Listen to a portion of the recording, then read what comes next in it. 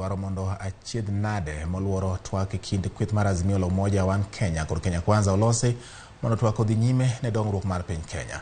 Jalup jatend piny machono owacho ni weche mag yiero commissioners mag IEBC onego ong'i mos kendo maber ahinya kaluwore ni ginyalo pogo oganda jo Kenya e kinde mabiro ka oloso skund sekondar ma Moyembone kinde yao od nindo e skundno. Kalonzo wacho ni kweth mar Kenya Kwanza kod Azimio onego mbek tol dwaro magi mondo mi girom e diere kaluwore ni walo commissioners mag IEBC en gima duong' e nyayo kwe kod achiel mar oganda jo Kenya.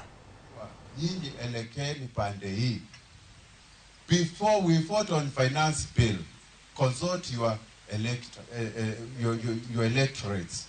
Otherwise, mutarudishwa nyumbani haraka iwezekanavyo. Listen to what Kenyans are saying and express it on Thursday through voting. Even if it is your voice alone that you are going to descend to this finance bill, let your conscience guide you. Don't go by the numbers, because those numbers are deceitful and they are not honest. Ni baada hii mambo yote tumefanya, wabunge wa Kenya Kwanza wameshtuliwa wakaambiwa wanataka kuonekana wakipiga kura wakipinga finance bill ndio waone cha mtemakuni.